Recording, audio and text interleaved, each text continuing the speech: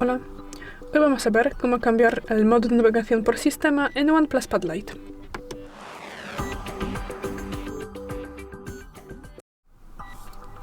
Para esto pasamos a los ajustes, luego tendremos que bajar y buscamos la pestaña Sistema.